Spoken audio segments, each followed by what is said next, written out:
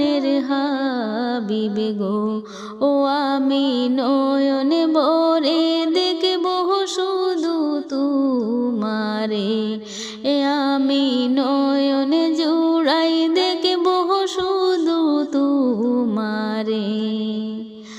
হাসরের ময়দানে যখন সংগঠিত হবে, আত্মীয় স্বজনে কেহ চিনবে না আমারে।